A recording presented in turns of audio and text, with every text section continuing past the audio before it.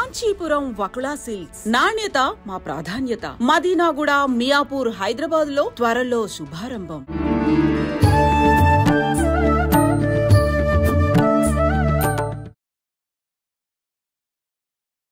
నమస్కారం, welcome to I dream. ధర్మ మార్గం విత్ విజిత కార్యక్రమానికి స్వాగతం. ప్రస్తుతం మనతో పాటు ఉన్నారు దివ్య విశ్వశక్తి పరివార్ ప్రచారకులు స్వామి ఓం స్వరూప్ గారు. ఇప్పుడు వారితో మాట్లాడి మరిన్ని మంచి మంచి విషయాలు అడిగి తెలుసుకుందాం. నమస్కారం అండి. శుభమస్తు తల్లి. అయితే మనకు ప్రతిదీ కూడా ఏదైనా ఒక విశేషం ఉంది అంటే దానికి ఒక నిర్ణీతమైన డేట్ అనేది నిర్ణయించబడి కొన్ని మనం చూస్తున్నాము, ఆ డేట్లను సెలబ్రేట్ చేసుకుంటున్నాము. అలా చూస్తే ఉమెన్స్ డే అంటే స్త్రీలకు సంబంధించి ఒక రోజు, ప్రత్యేకమైన రోజు. నిజంగా స్త్రీల కోసం ఏదైనా చెయ్యాలి, నిర్ణయించబడాలి అని అంటే ఆ ఒక్కరోజు సరిపోతుంది అంటారా? అంటే స్త్రీ గొప్పతనం గురించి మాట్లాడాలని అంటే అసలు సరిపోదు. మామూలుగా అమ్మ స్థానంలో ఉన్న ఒక స్త్రీ గురించి చెప్పాలంటే ఎన్నో మాటలు ఉంటాయి, ఎన్నెన్నో విషయాలు ఉంటాయి, ఎంతో ప్రాధాన్యత ఉంటుంది. కానీ ప్రస్తుత రోజుల్లో ఆ స్త్రీకి దక్కాల్సిన ప్రాధాన్యత దక్కట్లేదేమో కాదు, నిజంగా దక్కట్లేదు. ఆ స్త్రీ గురించి గొప్పగా మాట్లాడకపోయినా పర్వాలేదు, కానీ హీనంగా మాట్లాడే పరిస్థితులు రాకుండా ఉండటం నిజంగా చాలా సంతోషించదగ్గ విషయం. అయితే పురాణాల నుంచి కూడా రాజుల్ని తీసుకున్నా, మనము భారతము వీటిల్లో తీసుకున్నా కూడా స్త్రీలు యుద్ధానికి వెళ్ళిన రోజులు వాళ్ళకి కూడా, మగవారికి కూడా ఇలాంటివి చాలా చాలా ఉన్నాయి. మరి ఎంతో ప్రాధాన్యత ఇస్తున్నట్టు, ఎంతో విలువిస్తున్నట్టు మనకు అక్కడి నుంచి, మన పురాణాల నుంచి తెలుస్తోంది. ఎందుకు ఇప్పుడు అది కరువైపోయిందంటారు? స్త్రీల గురించి చెప్పాలి అని అంటే ఉమెన్స్ డేకి సంబంధించి ఒక రెండు మాటలు మన పురాణాలకు సంబంధించిన దాంట్లోంచి ఏం చెప్తారు మీరు? స్త్రీ యొక్క గొప్పతనము, స్త్రీ యొక్క ఔన్నత్యము, విలువలు ఎంత మనం చెప్పుకున్నా తక్కువే. ఆది నుండి కూడా స్త్రీ శక్తి స్వరూపిణి, అమ్మ. ప్రతి ఇంట్లో తల్లి లేకుండా ఆ సంసారం కానీ, ఆ వంశం కానీ లేదు. స్త్రీ మూలం, శక్తి మూలం. ఒకప్పుడు కూడా భగవంతులకు కూడా ఆ శక్తి లేకపోతే బలహీనులు అవుతారు. ఉదాహరణకి పార్వతీ దేవి పేరు చెప్పకుండా పరమేశ్వరుడు రాడు. పరమేశ్వరుడు అని విడిగా అంటే అనొచ్చు. పార్వతీ పరమేశ్వరులు అని స్త్రీకి ఎందుకు ఫస్ట్ ఆ నేమ్ ఇవ్వడం జరిగింది, ప్రథమ స్థానం ఇవ్వడం జరిగింది అంటే ఆ శక్తి స్వరూపిణి యొక్క అండగా, తోడుగా ఉండేటువంటి ఈశ్వరుడు కైనెటిక్ ఎనర్జీ అన్నమాట. అమ్మవారు ఆదిపరాశక్తి అన్నమాట, పార్వతీదేవి. శక్తి నడక అంటే రెండు అనుసంధానం కావాలి.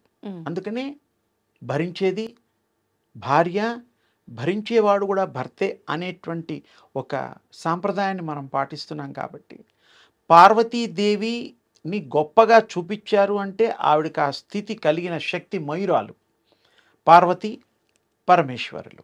అలాగే సరస్వతి బ్రహ్మలు, అది కూడా మళ్ళీ అమ్మవారి పేరే. తర్వాతే స్వామివారి పేరు వచ్చింది. అంటే స్వామి తక్కువ అని కాదు, అక్కడ శక్తిలోంచి ఉద్భవించిన కైనెటిక్ ఎనర్జీస్ ఇవి. నడయాడే శక్తులు, మూల శక్తులు తల్లులు అని అర్థం అన్నమాట. మళ్ళీ ఇక్కడ లక్ష్మీనారాయణులు, లక్ష్మీదేవి ధనం ఇచ్చేది, సకల సంపదలు ఇచ్చేటువంటిది.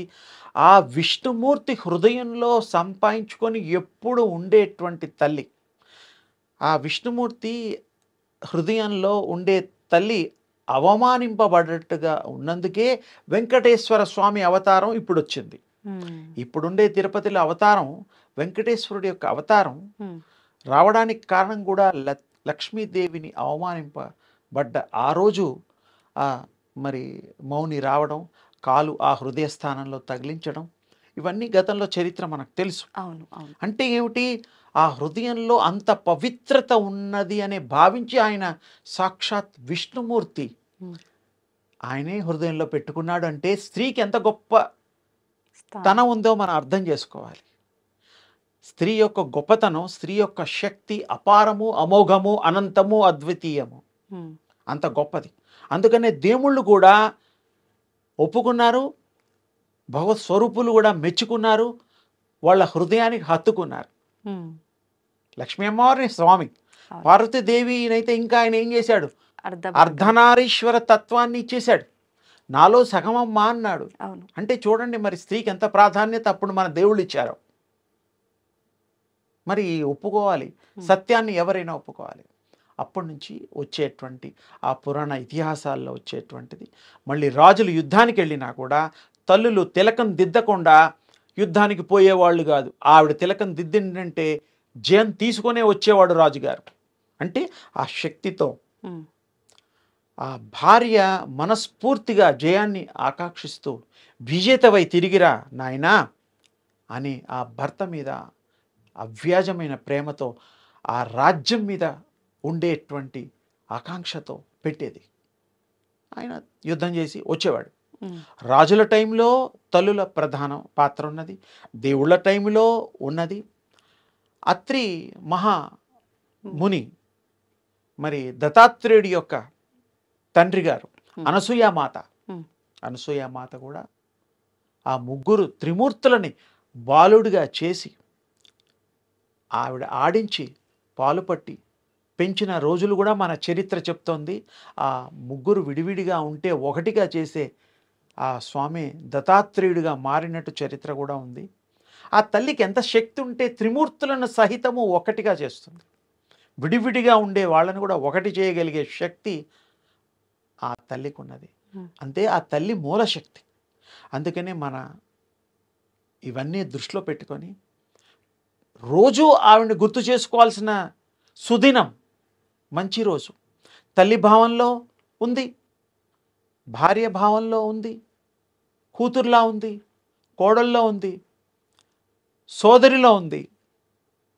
ఎందులో లేదు ఆ తల్లి. అవును. అందుకని స్త్రీకి ప్రాధాన్యత ఇవ్వడం కాదు, ఉన్నదాన్ని గుర్తించండి. ఆవిడికి లేనిది మీరు చేయడం ఉంది ఆల్రెడీ. ఆ అమ్మాయికి లేకపోతేగా చేయడం. గుర్తించండి, ఆ ప్రేమను పంచండి. మీరు కూడా ప్రేమించబడండి. స్త్రీని గౌరవించండి. స్త్రీని కూడా మనం వారికి గౌరవించడంతో పాటు వారిని ఆనందింపజేయడానికి, వారిని ప్రేమించడానికి, వారితో జీవనం సాగించడానికి మంచి ఈ యొక్క విశేషమైనటువంటి ఈ జీవితాన్ని సుమధురాల్ని మీరు భాషించేటట్టుగా మీరు ఆనంద యోగ్యులు కండి. స్త్రీకు గౌరవం రోజు ఇవ్వండి. రోజు ఇవ్వాల్సిన తల్లి ప్రతి విషయంలో అది ఒప్పుకోవాలి. దేవతామూర్తుల రూపంలో దుర్గమ్మవారు దేవతే, మరి భవానీ దేవతే, వైష్ణవి మాత దేవతే. ఎక్కడ చూసినా ఆడదేముళ్ళు అనేది మనం తెలుగు భాషలో మాట్లాడినా స్త్రీ శక్తి స్వరూపిణి. ఆ శక్తిని మనం ఆరాధించి మనం కూడా శక్తివంతులు కావాలని అప్పట్లో తపస్సులు చేసేవాళ్ళు, మునులు, మౌనులు అందరూ కూడాను. మనం కూడా గౌరవించడంలో తప్పు లేదు, ఆవిడ సహకారం తీసుకోవడంలో తప్పు లేదు. స్త్రీలకు సహకారం తీసుకుంటే ఇల్లులు బాగుపడతాయి.